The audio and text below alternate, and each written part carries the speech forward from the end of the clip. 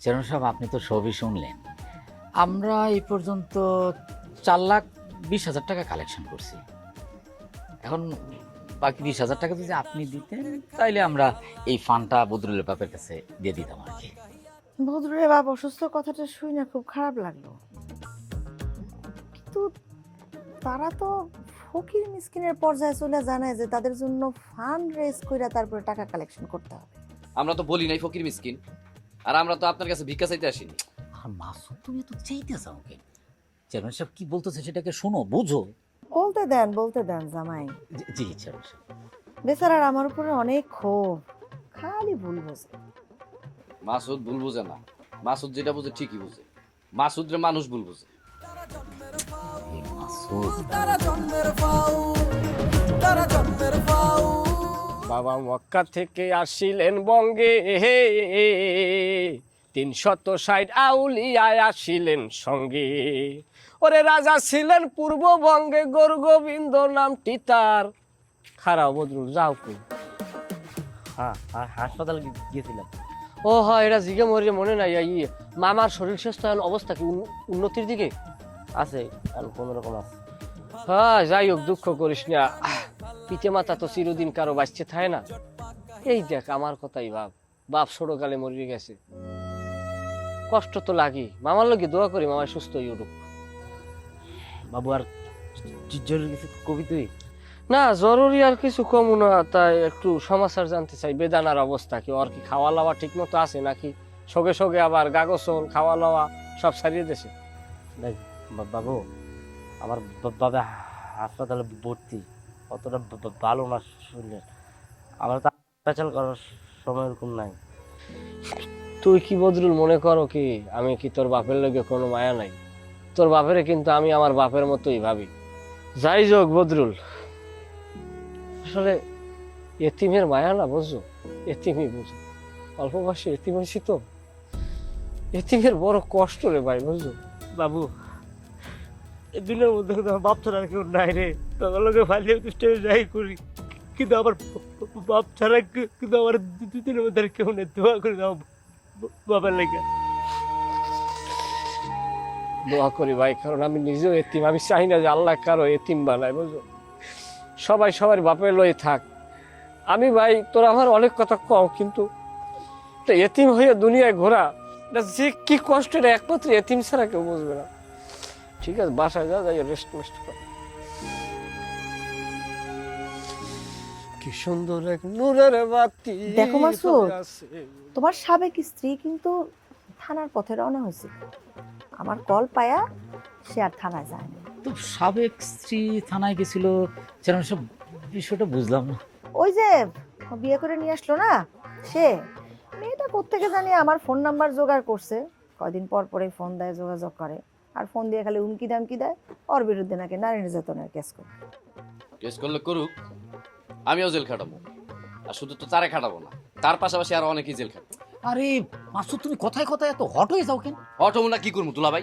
আপনার আমি বলছিলাম না যে আপনি আমার চেয়ারম্যান বাড়িতে নিয়ে আসেন না, তারপর আপনি আমার নিয়ে আসেন। দেখেন এখন আমরা কথা কইতাছি একটা, এর ভিতর অন্য একটা কথা ঢুকাই দিচ্ছি। মাসুদ, ভালো আর হইলে না। মুরব্বীগোর সামনে জোরে কথা কইতে হয় না, আদবের বর খেলা বয়।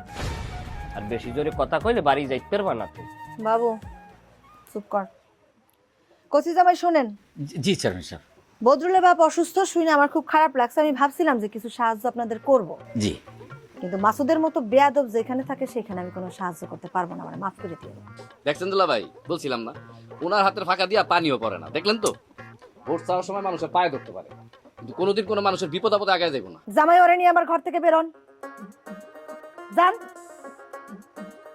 ঠিক আছে চেয়ারম্যান সাহেব, যাইতেছি, কিন্তু মানে বিষয়টা হলো যে আমরা কিন্তু আপনার কাছে ভিক্ষা চাইতে আসি নাই।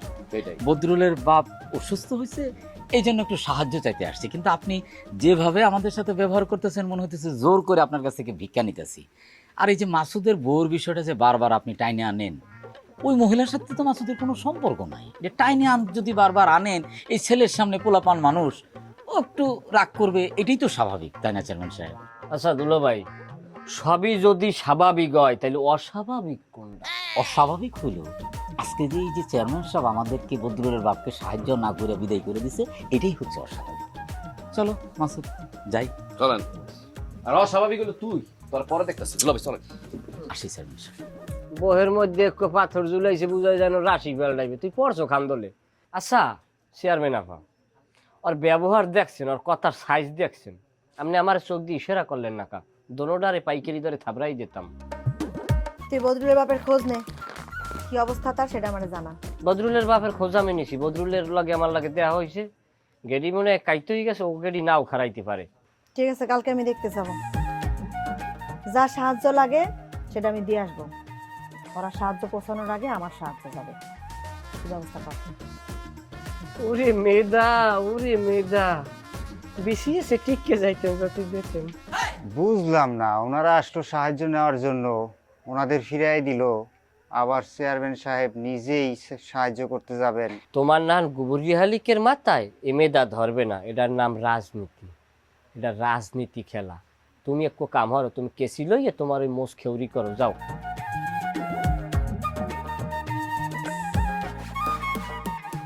এবার তোরে কইলাম যে একটা মাইয়ে দেখ, দায়িত্ব দিলাম, এখন পর্যন্ত তো কিছু করতালি না, আমি বিয়েটাও করতে পারতেছি না। তাই এখানে বিয়েটা করা লাগবে কি লেগে? বরিশালে তো সুন্দর সুন্দর মাইয়ে থাকতে আর এক এলাকায় যাই আপনার বিয়েটা হরা লাগবে কি লেগে? বরিশাল লন সুন্দর এক মাই দেখে বিয়ে হরাই দিব। তোর মাথায় কি সমস্যা বাড়ায়? বরিশাল বিয়ে করবো? নিজের এলাকায় কেউ বিয়ে করে, আত্মীয় স্বজন বাড়ি হলে, দূরে বিয়ে করতে, বাইরে বিয়ে করবে, আত্মীয় স্বজন বাড়বে, ঘুরবো ফেরবো, মাস্তি করবো। হ্যাঁ, দূরে বিয়ে করবো আর না না ওই গরজামাই থাকবো আর কি।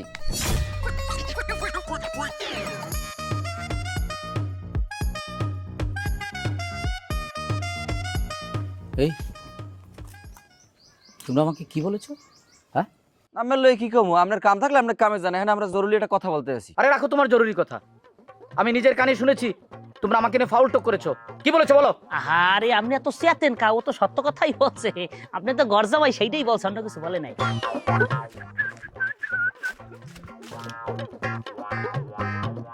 আবার চোখ বড় করে মে চোখ না মানবা, একটা চোখ উড়িলে মানুষের নেন। ওকে ওকে ওকে, আপনার কাছে থাপড় দিলেন কা? থাপড় দিলাম কেন? আমার সাথে বেয়াদবি করোস, এখন তো খালি থাপড় দিছি না, থাপড় দিছি, আমার সাথে যদি আর বেয়াদবি করোস একদম মারে ফেলাম। চিনোস তুই আমারে? আমি কোচি, আমি ইউরোপ ফেরত শিক্ষিত একটা ছেলে, আমি বংশ করে ছেলে। বাবুরে চিনোস না? বাবু আছে না, বাবুরে যে পিটাইছিলাম, ওর কাছে জিজ্ঞেস করিস কি করছিলাম, একদম উঠাই ফেলবো, একদম পুঁতে ফেলাম। এ বে আপনি পতন দি পারলে, পতন দি পারলে না? প্রথম পতন পারলে আপনি প্রথম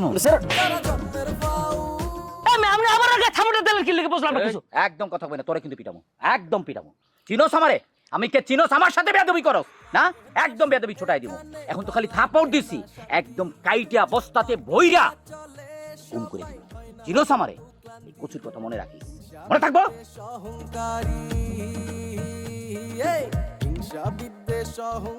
এবারে তোর মাথায় কি সমস্যা আছে? তুই এবারে লাগু তুই কার করতে গেলি কেন? থাপড়টা দেখে ভালো লাগছে না? গরজামাই আমার থাবর মারছে না, আমি যে কি জিনিস আমি, আরে দেখ আমার হাত ধরে যদি আমি না কাটতে লাইতে পারছি। উনি একটা রাত কাটতে লাগবে, এ ঠিক মতো বাটা চুলদারি তো কাটতার না নিজে, আরেকজন থাপড় মারো কতক্ষণ ফাজিল দেন কমে আরে না। এত জোরে থাবর স্টোরে রাখকে দি, কখন কামে লাগে কখন তো আর যায় না। গুলামের ঘরের গুলাম, তুই আমার লগে বাজাবাজি করছিস না? এমপি সাহেবে ডাক দিছে আমারে। কাকা আসসালামু আলাইকুম। আরে ওয়ালাইকুম সালাম মায়া চেয়ারম্যান, তুমি এদিকে আইছো করে? না, যাইতেছিলাম এদিক দিয়েই, ভাবলাম আপনি তো মাঝে মাঝে এখানে বসেন, তাই ভাবলাম দেখা করে যাই। তো কিছু বলবা নাকি তুমি আমারে? কাকা আপনি কি আজকে শহরে গেছিলেন? গেছিলাম তো, গেছিলাম। কার কাছে? আমার দোস্ত কলম মোল্লা অসুস্থ, তুমি জানো তো, হ্যাঁ দেখতে গেছিলাম। আর আর আমরা এমপি সাহেবে আমার অনেক জোরাজোরি করতেছিল তার লগে দেখা করার লেগে, তো ভাবলাম আইসি যখন একটু দেখা করে যাই, হের কাছেও গেছিলাম। এমপি সাহেব আপনারে জোরাজোরি করছে দেখা করার জন্য, নাকি আপনিই গেছেন তার সাথে দেখা করতে? তুমি খুব ভালো করেই জানো, হ্যাঁ আদম আলী কোনো সময় কারো পিছে দৌড়ায় না, হ্যাঁ রে মাইন সেই ডাকে, ডাকলে পরে হয়ে যায়। কিন্তু আমি যদি বলি আপনি নিজে এমপির পিছনে ঘুরঘুর করতেছেন আমার ক্ষমতার থেকে সরানোর জন্য। দেখো মায়া, তোমার মুখ দিয়ে তুমি যেই কথা কইবা এটা কইতেই পারো, আমি তোমার বাধা দেওয়ার কেডা? আমার কোনো কামেও তুমি বাধা দিও না। কাকা আপনি আগুন নিয়ে খেলা শুরু করতেছেন, খুব খারাপ হবে। আগুনের ডট তুমি আমারে দেখাও, হ্যাঁ শোনো, আমি যেবলা রাজনীতি শুরু করছি না, হ্যাবলা তুমি আপ প্যান্ট পরে এই দিক সেদিক দৌড়াদৌড়ি করতে, তুমি বললা গেল আমি বলছি না। এইসব পুরান লেকচার বাদ দেন কাকা, কি করতাম কি করতাম না, আপনি কি করতেন, এগুলো আমি জানতে চাই না। আমার সোজা সাপটা কথা, এমপি সাহেব ডাকলে আপনি যাবেন না, সে নির্বাচনে অংশগ্রহণ করতে বললে আপনি নির্বাচন করবেন না। আরে মায়া চেয়ারম্যানের চোখে ডর দেখতেছি আমি। আরে এই ডরের চেহারাটা যদি আমার বউরে একবার দেখাইতে পারতাম তাহলে আমার সংসারটা যে কি সুখের হইতো। আহ! এত আগে ডরায় গেলে চলবো মায়া? হ্যাঁ, খেলা তো সামনে আরো অনেক বাকি আছে। আমি ডরাইতেছি, ভবিষ্যতে আপনার করুণ অবস্থা দেখে আমি মনে মনে আফসোস করতেছি। সাবধানে থাকেন কাকা। আসসালামু আলাইকুম। ওয়ালাইকুম আসসালাম। আমার চুল দাঁড়িয়ে এমনি এমনি ফাঁক ধরছে না, মাইনসের চোখ দেখলে হ্যাঁ ডরটা আমি দেখতারি। কি দেখতেছো? তোমার জন্য না একটা জিনিস আছে। কি? এই টিপ টিপ পরলে তোমার অনেক সুন্দর লাগবে। পর একটা টিপ পর। আমার জন্য এটা সেটা কি না, তুমি কি মজা পাও? আগে টিপটা পরো, তারপরে বলতেছি। পরে দাও।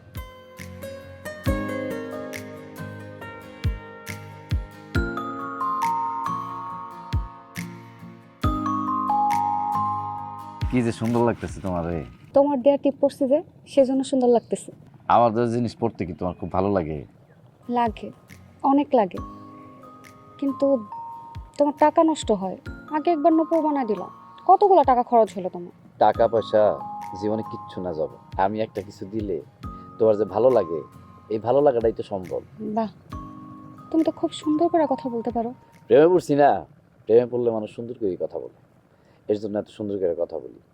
আর যাদের মনে প্রেম নাই তারা সুন্দর করে কথা বলতে পারে না।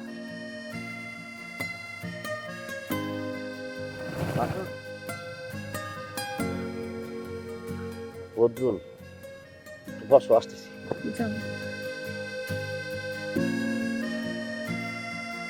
কি রে বুঝল, কাকা কেমন আছে? আগের মধ্যে কোনো পরিবর্তন নাই রে। ঠিক আছে, আচ্ছা তুই আয়, তোর লগে আমার কথা আছে।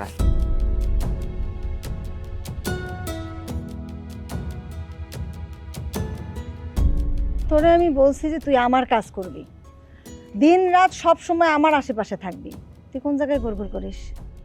এটা কেমন কথা কর, আমি কমে ঘুরবো? আমার কলিজায় একটু আমি আঘাত পাইছি, যে কারণে আমি বিবেকী হইয়া কিছুটা ঘোরাঘুরি করছি, কিন্তু আমি তো আমার লাইনে আছি। তোমরা বিভাগী হও, যত ইচ্ছা বিভাগী হও, পিছন দিয়া আমার চেয়ারটা চলে যাক। এমপি সাহেব আদম তালুকদারের ডাইকা নিয়ে মিটিং করছে, সেটা শুনছিস? কোন কি আপা, কি হয়েছে? কিন্তু কোন দিক কি কি?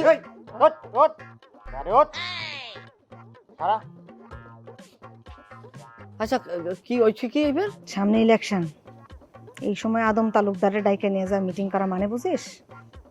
আদম তালুকদারে এমপি সাহেব সাপোর্ট দিবে, আর তারে সাপোর্ট দিলে আমি ফেল, তখন আদম তালুকদারের ঠেকানোর আর কোনো ব্যবস্থা থাকবে? আদম তালুকদারের ঠেকাই দিম। আদম তালুকদারের জামাই উভয়ের ঠেকাই দিম, আপনি নিশ্চিত থাকেন। মুখে বড় বড় কথা, কাজের নামে তো ঠন ঠনা ঠন ঠন। আপা, আপনি বাবুরে চেনেন না। বাবু যেই জিনিস পারে না সেই জিনিস বাবু ধরে না। বাবুর তো মাল আছে, মামলত না লইয়ে তো আপনার সামনে বড় কথা কই না। জিনিসটা বুঝতে হইবে। গেলে কই পার্সোনাল গ্যালারি?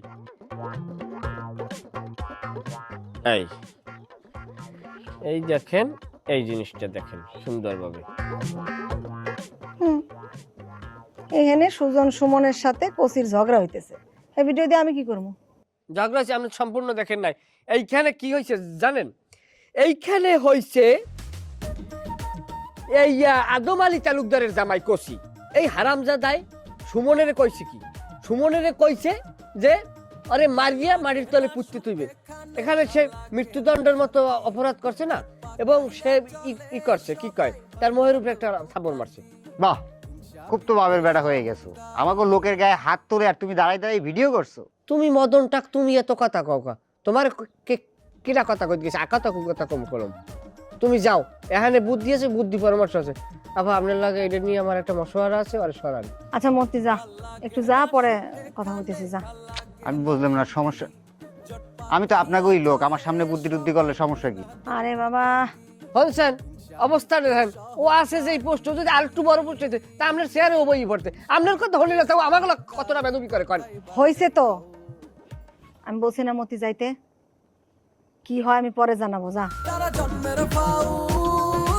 যা। প্রত্যেক দিন রাইতে বাড়ির পিছন দিয়ে পাতা পড়া বন্ধু হয়।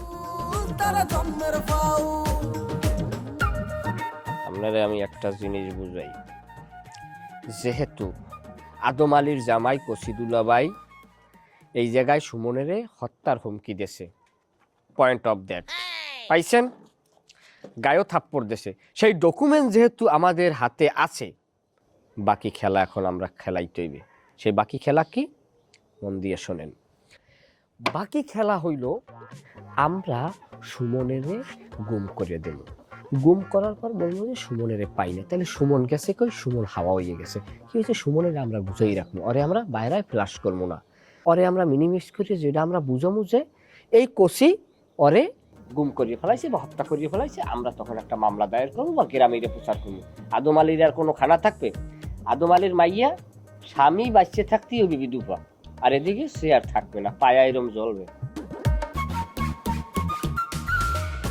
না বুদ্ধিটা ভালো, যাক এতদিনে মনে হইতেছে যে তুই আমার লোক। হয়েছে হয়েছে হয়েছে, যা এখন যা, সুজনা সুমনটা ডাইকে নিয়ে যা।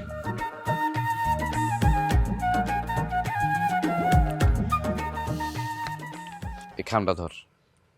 এটা কি? আমি আর দুলাভাই কাকার চিকিৎসার জন্য কিছু টাকা তুলছিলাম, এই টাকাটা দিয়ে কাকার চিকিৎসা করা। মাসুদ, তুইও পারলি বেটা। আমার আব্বা অসুস্থ ঠিক আছে, কিন্তু আমাকে এমন অবস্থা হয়ে যায় না যে মানুষের সাহায্য লয়ে আমার বাপের চিকিৎসা করতে হইব। আমার বাপের চিকিৎসা করার লেগে যতটুকু দরকার আল্লাহ আমাকে ওই টপিকটা দিছে দোস্ত। তুই এগুলা কি কইতাছস? আমি না তোর বন্ধু, তা তোর বিপদে আমি তোর পাশে দাঁড়াবো না? আজকে যদি আমার বাবা মা অসুস্থ হইতো, তাহলে তুই কি আমার পাশে দাঁড়াইতি না?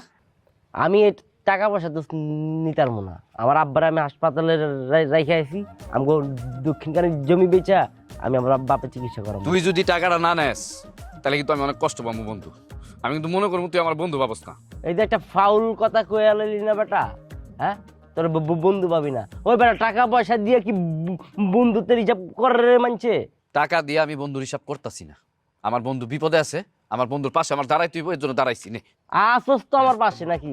আমার বাপের যেদিনকে অসুস্থ হয়েছে পয়লা কিন্তু আমি তোর কাছে দুধ দিয়ে গেলাম, তুই আমার বাপরা আমার লোক হাসপাতালে নিয়ে গেলি, আমার লোক রাইতে থাকলে হাসপাতালে, স্টিল এখনো তুই আমার পাশে থেকে আমার বাপের চিকিৎসা দিন তুই আসস, আর কি পাশে থাকবি বেটা? আচ্ছা বুঝছি, টাকাটা নে।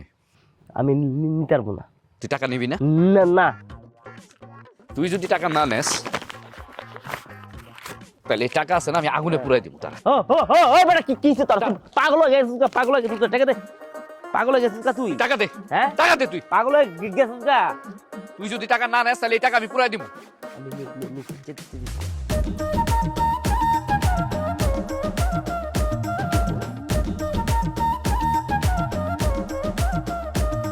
ভাল লাগে না সুখ এখানে, ভাল লাগে না শান্তি, জট পাকাইয়া চলে সবাই, হয় না তবু ক্লান্তি। হিংসা বিদ্বেষ অহংকারী, হিংসা বিদ্বেষ অহংকারী কথাই বাজাই কাউ,